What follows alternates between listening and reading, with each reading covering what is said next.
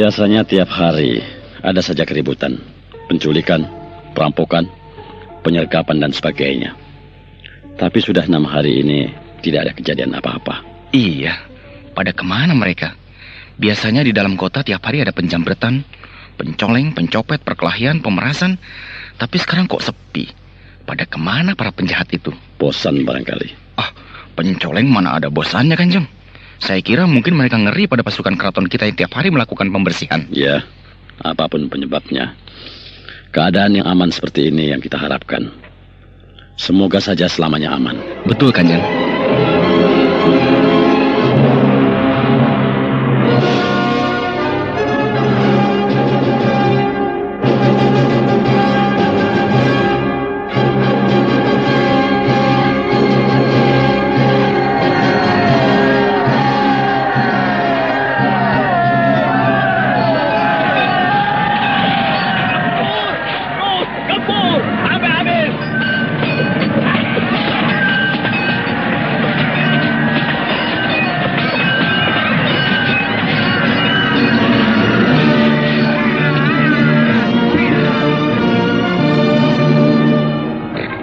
Tidak ada perlawanan.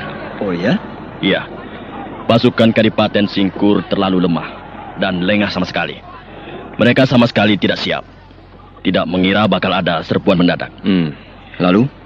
Mereka lumpuh sama sekali dan bertekuk lutut pada kita. Bagus. Peperangan praktis sudah berhenti sama sekali.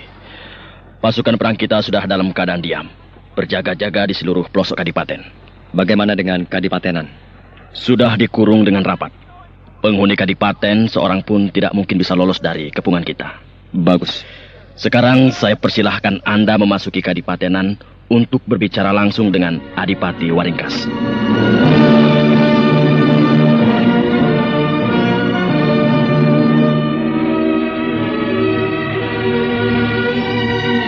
Daulat Kanjeng Adipati Waringkas, penguasa Kadipaten Singkur. Apakah saudara pemimpin? Benar. Siapakah saudara? Brahma Kumbara. Pasukan apakah yang saudara pimpin? Pasukan Perjuangan Pembebasan Rakyat Madangkara. Saudara pemberontak? Anda sebagai bangsa Kuntala berhak untuk menyebut kami pemberontak. Tapi kami sendiri menamakan diri kami pejuang kemerdekaan. Apakah saudara sudah memikirkan akibatnya? Setiap perbuatan tentu mengundang akibat, dan kami sudah siap. Apakah yang saudara kehendaki? Kadipaten Singkur ini sudah jatuh. Saya harap Anda menyerah. Bagi bangsa Kuntala, tidak ada istilah menyerah. Tapi aku hanyalah seorang adipati. Dan pasukan perangku sudah lumpuh. Nah, lakukanlah apa yang kau kehendaki. Anda menjadi tawanan kami. Aku tunduk. Terima kasih.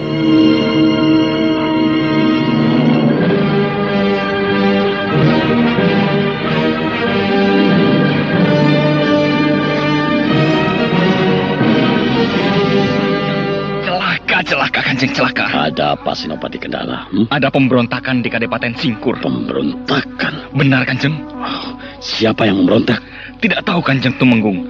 Tapi menurut laporan, sebuah pasukan perang yang besar dan kuat dan dengan persenjataan yang lengkap disertai siasat perang yang jitu telah menyerbu Kadipaten Singkur. Dan dalam sekejap mata, Kadipaten Singkur lumpuh sama sekali, bertekuk lutut pada pasukan pemberontak itu. Bagaimana nasib Adipati Waringkas? Ditawan pemberontak, Kanjeng. Celaka. Saya segera akan menyiapkan pasukan perang yang besar untuk menumpas pemberontak itu. Jangan terburu nafsu, Kendala. Kenapa, Kanjeng? Kadipaten Singkur termasuk kadipaten yang memiliki pasukan perang yang kuat. Tapi dengan mudah bisa ditaklukkan. Berarti pasukan pemberontak itu cukup hebat. Jadi lebih baik kirim beberapa orang penyelidik untuk mempelajari kekuatan pasukan pemberontak itu. Setelah jelas, baru kita gempur mereka. Daulat Kanjeng Tumenggung.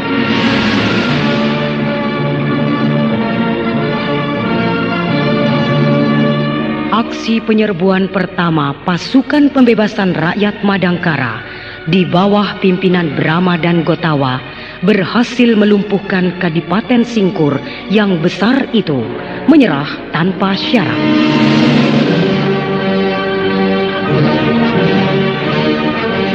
Jatuhnya Kadipaten Singkur membuat geger para penguasa penjajah di pusat kerajaan Madangkara.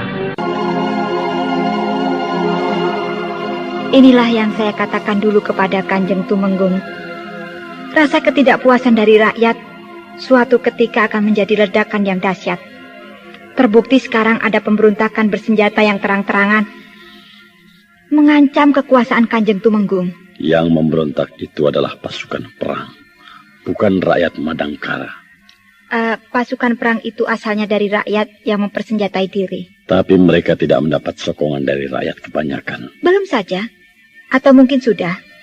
Tapi secara diam-diam karena takut. Padahal di dalam hatinya rakyat berpihak kepada pemberontak itu. Pemerintahan yang dijalankan dengan kekerasan suatu ketika akan menjadi bumerang, Kanjeng Tumenggung. Anda berkata memojokkan saya dan bukannya mencari jalan keluar. Kanjeng memiliki satuan pasukan perang yang besar. Nah, saya kira saya tidak perlu berkomentar lagi, bukan? Tentu saja, saya akan menumpas pemberontakan itu. Itu tidak perlu diutarakan. Sebab setiap pemberontakan memang harus ditumpas.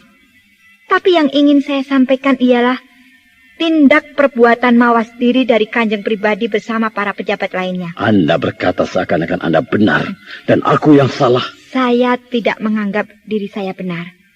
Tapi saya tahu mana yang salah. Dan saya selalu menghindari tindak perbuatan yang salah itu. Akan tetapi Kanjeng sebaliknya. Kanjeng tahu bahwa hal tersebut salah. Akan tetapi tetap melakukannya juga. Sebab terlalu merasa kuat. Menganggap enteng terhadap rakyat terjajah. Dimanapun juga, rakyat terjajah itu selalu ingin merdeka. Benar. Akan tetapi, caranya menuntut kemerdekaan ada dua macam.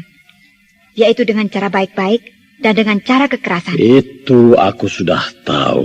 Kanjeng, cara menuntut kemerdekaan dengan jalan baik-baik akan menimbulkan buntut yang baik pula antara yang dijajah dan penjajah. Nah, penjajah akan memberikan kemerdekaan kepada yang dijajahnya. Bila mana si terjajah sudah dianggap mampu untuk mengendalikan negerinya sendiri. Bahkan tidak segan-segan turut membantu dan membimbing para calon pemimpin kerajaan yang akan merdeka itu. Nah, dan hal tersebut sudah dilakukan oleh Kuntala terhadap beberapa kerajaan jajahannya. Nasi telah menjadi bubur. Pemberontakan sudah meletus. Tak ada lagi waktu untuk menimbang-nimbang. Tindakan nyata yang harus dilakukan. Aku akan menumpas pemberontak itu sampai ke akar-akarnya.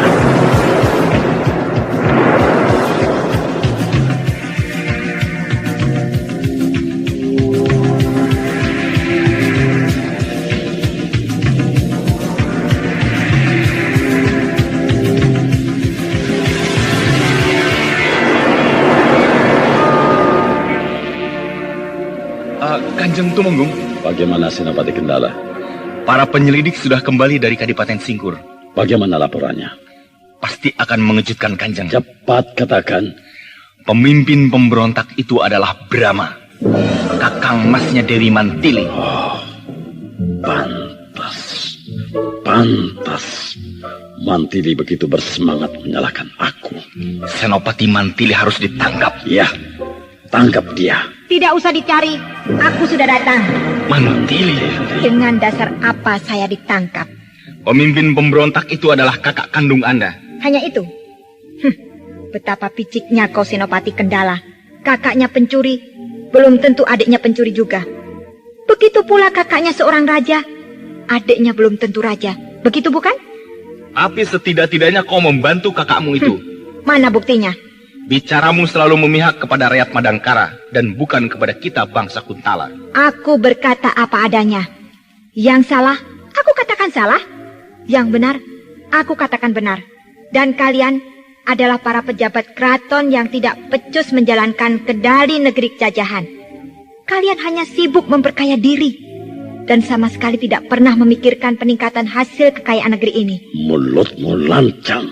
Kanjeng Tumenggung Kartika yang terhormat. Di pemerintah pusat kerajaan Kuntala, Anda adalah seorang tumenggung yang punya reputasi yang baik. Untuk itulah, Anda ditugaskan ke sini untuk menjadi pimpinan tertinggi di negeri jajahan kita ini, Kerajaan Madangkara. Akan tetapi, rupanya mental Anda tidak sekuat pedang besi yang terselip di pinggang Anda itu. Mental Anda rapuh, gelap mata, lupa daratan, mabuk kekuasaan, bertindak sewenang-wenang, menumpuk harta kekayaan untuk kepentingan diri sendiri. Mana buktinya aku orang kaya? Aku hidup sederhana, hanya dengan makan uang gaji melulu. Anda pintar. Di sini, Anda tidak memperlihatkan kekayaan. Tapi di desa terkelin, kampung halaman Anda, kekayaan Anda sudah bertumpuk-tumpuk. Rumah gedong di mana-mana, sawah beratus-ratus hektar, tanah beribu tumbak, bahkan bukit Sangku yang subur itu sudah Anda beli. Mantili, kau jangan mengada-ada. Anda memang cerdik menyembunyikan kekayaan. Tapi bagi saya, Anda tak ubahnya bagai Abu Nawas yang pandir. Senopati Mantili, kalau memang kami melakukan kecurangan, kenapa kami tetap bercokol di sini dan pemerintah pusat tidak berbuat apa-apa terhadap kami? Senopati Kendala, Anda berbicara seperti pada anak kecil. Ketahuilah, Anda semua di sini tidak pernah memberi laporan yang benar ke pusat. Dan laporan itu selalu jatuh ke tangan Tumenggung Raksa. Ya, tentu saja Tumenggung Raksa akan menyulap laporan itu agar selalu baik. Sebab Tumenggung Raksa adalah termasuk komplotan kalian. Cukup. Kau terlalu banyak bicara. Di sini, aku yang berkuasa. Dan kau, Senopati Mantili, ditangkap karena membantu pemberontak. Silahkan. Kau menantang? Saya seorang senopati. Dan menangkap seorang senopati bukan seperti menangkap seekor kupu-kupu, bukan?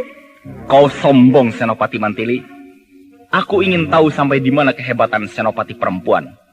Apakah kau jadi senopati melalui ujian di Tambak Segara? Ataukah karena hanya belas kasihan dari seorang raja? Tambak Segara hanyalah merupakan permainan anak kecil bagiku, Kendala. Pasang telingamu baik-baik. Aku berhasil lolos sampai ujian tahap ke-8. Hah? Tahap ke-8? Iya. Aku hanya gagal di tahap 9 yang terakhir. Ketika berkelahi dengan gurita raksasa di dalam sumur penuh air di Tambak Segara itu. Kau terkejut, bukan? Ya, pasti kau terkejut. Karena tak ada seorang senopati pun di kerajaan Kuntala yang sanggup lolos sampai tahap ke-8. Paling banter hanya sampai tahap ke-7. Itu pun hanya beberapa orang saja. Bisa dihitung dengan jari. Nah, jelas bukan? Bahwa pangkat senopatiku bukan pangkat pemberian atau pangkat hadiah cuma-cuma dari atasan. Aku bukan senopati karbitan. Aku senopati karena mampu. Bahkan melebihi syarat-syarat seorang senopati. Hah? Aku tidak percaya. Kau boleh membuktikannya. Apakah aku membual atau tidak? Baik.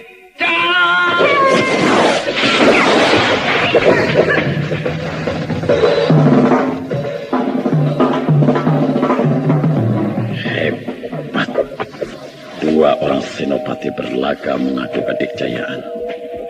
Sungguh suatu pertarungan yang menarik.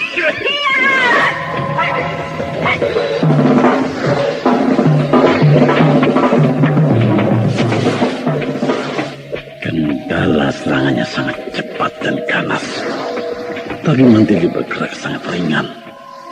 Tubuhnya seakan-akan tidak berbobot, menandakan dia memiliki ilmu meringankan tubuh yang baik. Pertarungan sangat cepat. Tapi mulai nampak bahwa Mantili berada di atas Kendala. Ya, Kendala mulai terdesak.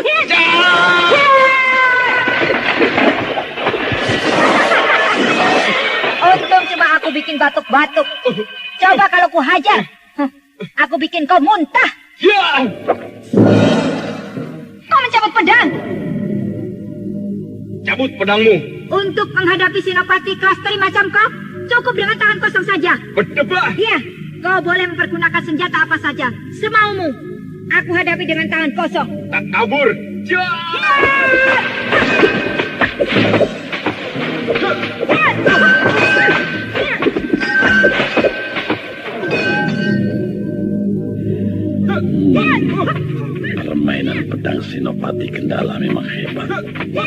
hebat dan ganas.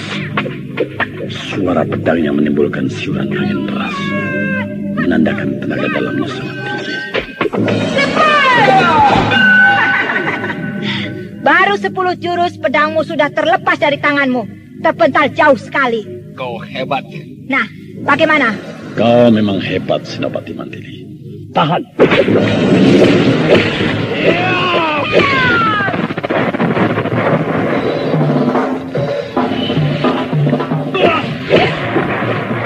Ketika mengeluarkan simpanannya, dari kedua tangannya keluar hawa panas. Ya, aku tahu Tumenggung Gardika mengeluarkan ilmu Tarimbara. Oh, jangankan manusia, gunung karang pun jebol bila digempur Tarimbara.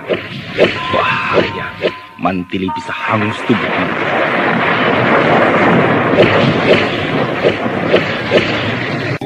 Mengeluarkan hawa dingin. Benar-benar perempuan. Pantas dia bisa jadi senopati.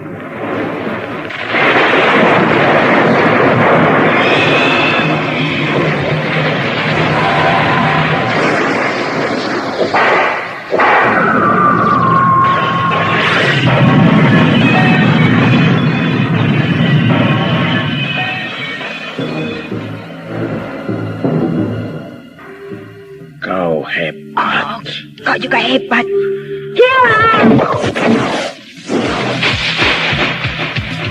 Kejar! Kejar! Tangkap! Kejar! Kejar! Kejar! Tangkap! Kejar!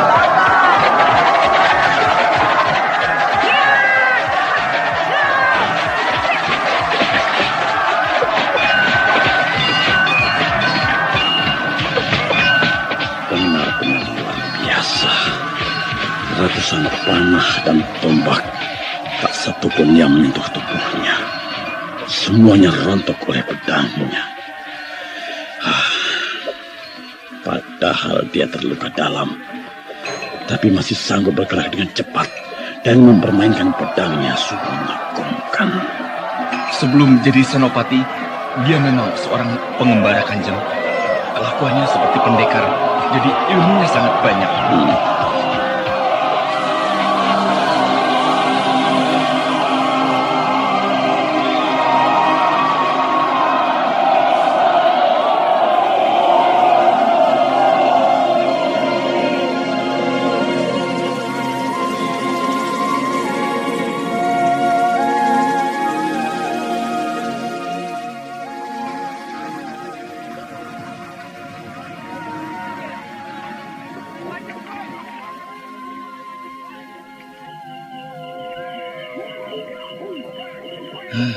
Aku melihat prajurit-prajurit keraton hilir mudik. Sibuk sekali. Seperti ada sesuatu kejadian yang istimewa. Ada apa ya? Kalau melihat malam yang indah seperti ini, jadi ingat ke kampung Jamparing. Ketika berduaan dengan Mantili di rumahnya. Aku jadi rindu pada Mantili. Tapi tidak baik mengunjungi dia malam-malam begini. Lebih baik besok pagi saja aku ke rumahnya. Raden? Raden Sambah? Mantili? Masuk. Ayo cepat masuk. Ada apa? Cepat. Ada apa? Saya bawa masuk ke dalam. Baik.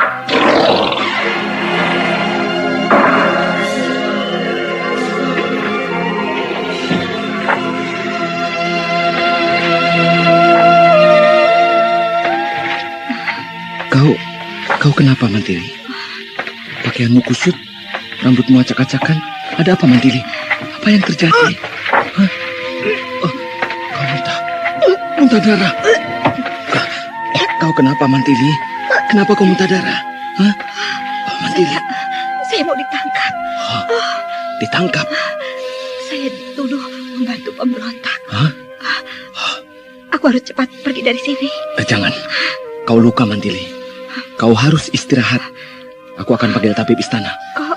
Kau akan menyerahkan aku kepada pasukan keraton. Bukan. Maksudku, kau harus cepat diobati. Tidak usah. Tapi...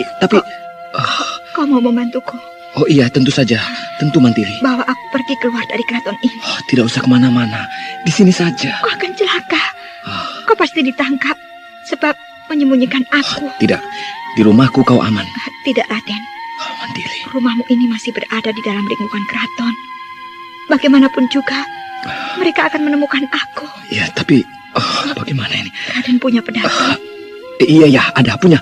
Nah, besok pagi masukkan saya ke dalam pedati, lalu timbul dengan apa saja. Selanjutnya, terserah Raden. Mantili. Bagaimana caranya meloloskan pedati itu keluar dari keraton ini? Baik, Mantili.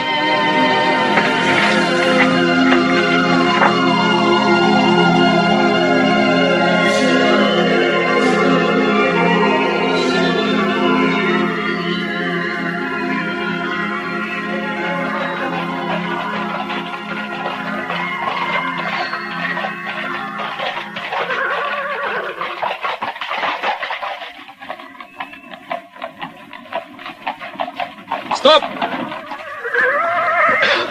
Ada apa, Paduka Senopati? Mau kemana? Biasa, Paduka. Ke pasar. Mau apa? Seperti biasa juga. Mengambil perlengkapan bahan makanan. Macam-macam, Paduka. Gula, beras, garam, dan banyak lagi, Paduka. Bawa apa itu di dalam pedati? Keranjang. Keranjang apa?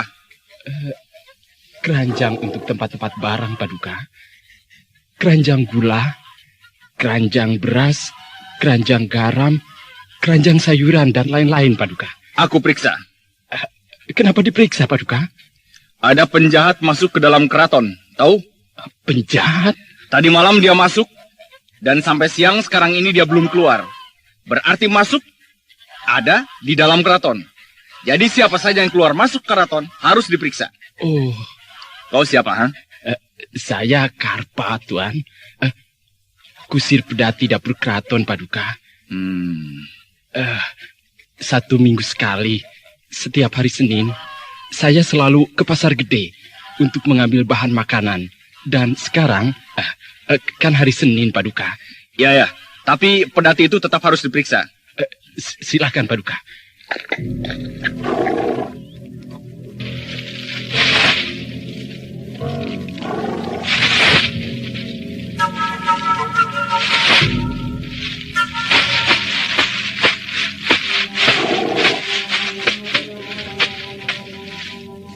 Ya, jalan.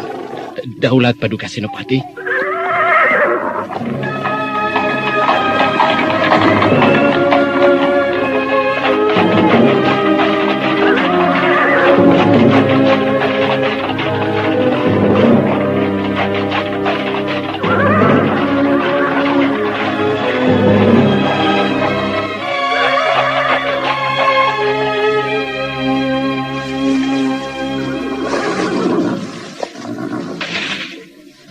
Gusti Ayu Dewi Mantili, Gusti Senopati Dewi Mantili, kita sudah berada di dalam gudang, aman, tidak ada yang melihat. Silakan keluar.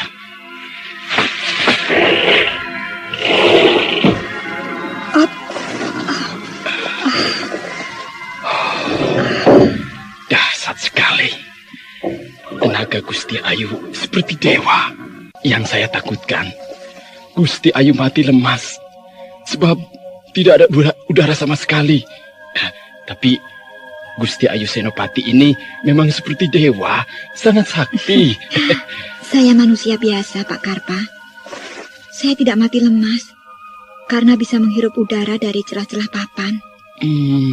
Jadi Gusti Ayu tahu, ketika tadi di pintu gerbang keraton, ditahan dan diperiksa oleh Paduka Senopati Kendala. Iya. Aku mendengar dan melihatnya. Syukurlah, kita lolos. Ya, ini berkat jasa Pak Karpa. Saya sangat berterima kasih sekali pada Bapak. Sama-sama, Gusti Ayu. Kenapa kau mau menolong aku, Pak Karpa? Sudah lama saya ingin berontak. Tapi takut, anak saya banyak. Tapi kebetulan, sekarang ada pemberontakan di Kadipaten Singkur. Saya mau ke sana, bergabung. Jangan, Pak Karpa. Kenapa, Gusti Ayu? Perjuangan pemberontakan itu masih akan menempuh perjalanan panjang. Lebih baik Pak Karpa tetap bekerja seperti biasanya untuk menghidupi istri dan anak-anak. Tapi saya ingin ikut berjuang, Gusti Ayu. Iya, berjuang itu bukan hanya perang dengan kekerasan senjata, tapi banyak macam cara yang lain. Maksud Gusti Ayu? Dengan lidah. Lidah? Iya, Pak Karpa bisa mempengaruhi orang lain, menyebarkan semangat kemerdekaan kepada bangsa kita dengan cara memberi penerangan. Oh, begitu. Iya, tapi hati-hati. Sebab lebih berbahaya dari perang. Lidah lebih tajam dari perang. Ya, saya mengerti.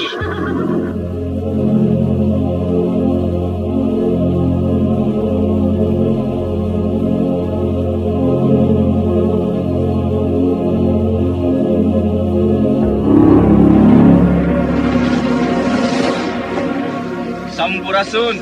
Rampes. Oh, Senopati Kendala. Silahkan masuk, Senopati. Terima kasih, Raden. Ada angin apa ini? Tuan Senopati berkenan mengunjungi gubuk saya. Maaf, Raden Samba. Saya hanya menjalankan perintah Kanjeng Tumenggung Gardika. Anda mau menangkap dia, bukan? Nah, Raden rupanya sudah tahu. Tadi malam saya lihat ada kesibukan dari pasukan keraton. Lalu saya bertanya pada Hulu Balang segala. Katanya Senopati Dewi Mantili akan ditangkap karena membantu pemberontak. Benar, Raden. Untuk itulah saya datang ke sini. Sebab, maaf ini, Raden. Yeah. Saya lihat Raden cukup intim dengan Mantili begitu. Ya, begitulah. Nah, kalau dia, maaf, kenapa? Bersembunyi di sini di dalam rumah Raden begitu. Kalau dia datang ke sini, tentu sudah sejak kemarin saya serahkan kepada Anda. Geledahlah rumah saya ini. Saya tidak apa-apa. Malah saya ingin membantu Anda kalau boleh. Baik, Raden. Terima kasih.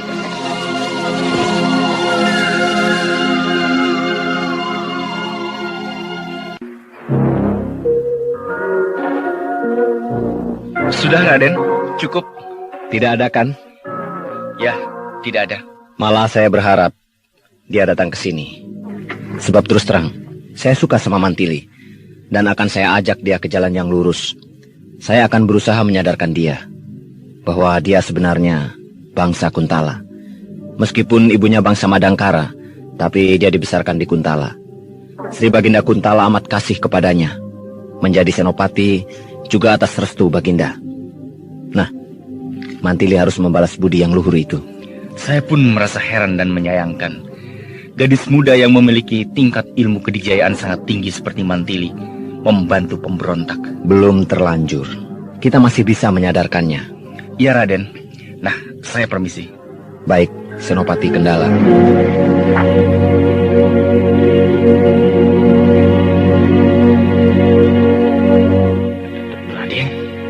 Raden. Pak Karpa. Ayo masuk lewat pintu belakang. Baik, Raden. Bagaimana? Beres, Raden. Syukurlah. Syukur. Di mana dia sekarang? Di gudang tua yang ditunjukkan Raden itu. Bagus, bagus. Lalu? Ini surat untuk Raden.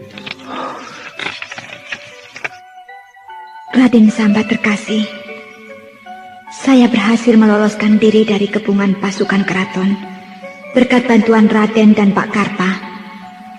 Saya pergi ke Gunung Wangsit, akan menemui guru saya untuk mengobati luka dalam. Jangan mencari saya, sebab nanti juga kita akan bertemu lagi. Terima kasih yang tak terhingga atas kebaikan Raden. Mantili.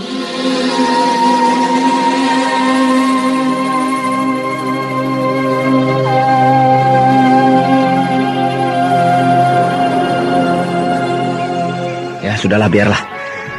Biarlah dia mengobati lukanya. Nanti juga dia akan muncul kembali. Bahkan mungkin langsung ke Kadipaten Singkur bergabung dengan kakaknya.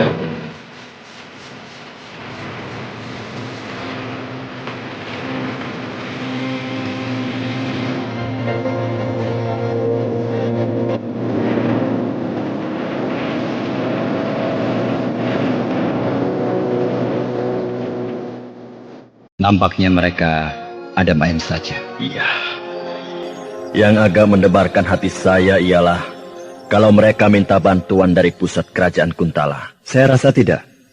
Sebab Tumenggung Gardika tidak mau kehilangan muka dulu. Dia tentu ingin menunjukkan bahwa dia sanggup menanggulangi sendiri terhadap apa-apa yang terjadi di wilayah kekuasaannya. Rasanya gatal tangan-tangan saya. Ingin menyerbu ke pusat kerajaan Madangkara untuk membungkam mulut si kepala besar itu. Bagaimanapun juga, kalau untuk mengobarkan api peperangan yang sesungguhnya dengan angkatan perang kerajaan Madangkara, kita belum mampu. Sebab mereka adalah angkatan perang yang sebenarnya. Sedangkan kita kesatuan laskar perang yang baru mulai. Iya, Anda benar. Kalau kita paksakan juga, berarti kita bunuh diri. Iya, perjalanan kita masih panjang. Meskipun perjalanan kita akan penuh darah, tapi hendaknya darah yang tumpah tidak sia-sia.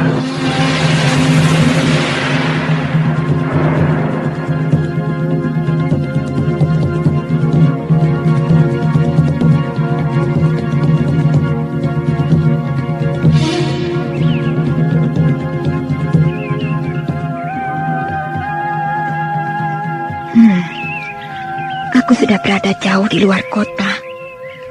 Pasukan keraton sudah tidak mungkin lagi bisa mengejarku. Aku harus menempuh perjalanan yang jauh ke Gunung Wangsit. Sebenarnya aku bisa mempergunakan lari cepat agar cepat sampai. Tapi luka dalam di dadaku ini membuat tenagaku berkurang separuhnya. Kedua kakiku seakan berat. Tidak bisa dipergunakan untuk mengerahkan ilmu lari cepat.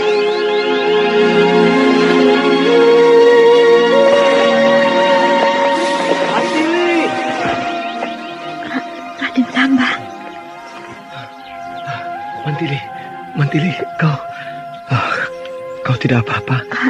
Raden kenapa menyusul saya? Saya takut kau mengalami apa-apa. Sebab kau sedang sakit. Tidak mungkin saya ambruk di tengah perjalanan. Hanya tidak bisa bergerak cepat. Itu saja. Itulah yang saya cemaskan. Untuk keluar dari dalam lingkungan keraton saja, kau harus diselundupkan ke dalam pedati.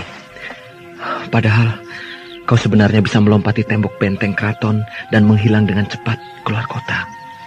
Tapi itu tidak kau lakukan karena kau terluka dalam. Tenaga dalammu banyak terkurang. Kau terlalu memperhatikan saya, Raden. Kau juga suka memperhatikan aku. Raden kok tahu saya lewat jalan ini? Kebetulan Mak Inot, emban keraton, tahu di mana letaknya Gunung Wangsit.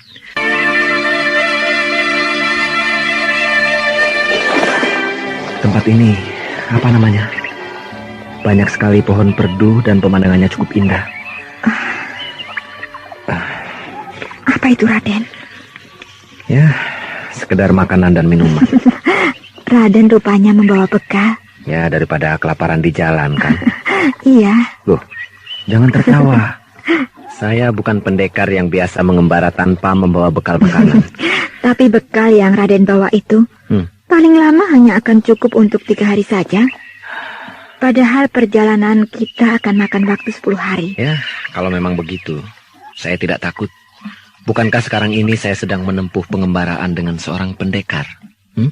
Nah, tentunya kau sudah paham bagaimana caranya mencari makan di alam bebas ini. Ayo makan. Iya. Nah, kalau sedang makan bersama-sama begini, jadi ingat waktu kita Dharma Wisata. Makan di tepi sungai Kayakas, di Riam Segumi. Dan Raden waktu itu nakal. Mantili, kau juga kan iya.